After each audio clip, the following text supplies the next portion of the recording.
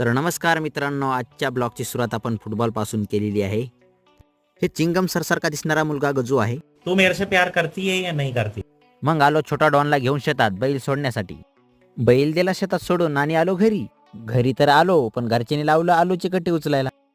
कट्टे टाकून झाले आणि गजू आणि मी निघलो बाजारला। हे बघा मित्रांनो, आम्ही आलेलो आहेत बामणीमध्ये।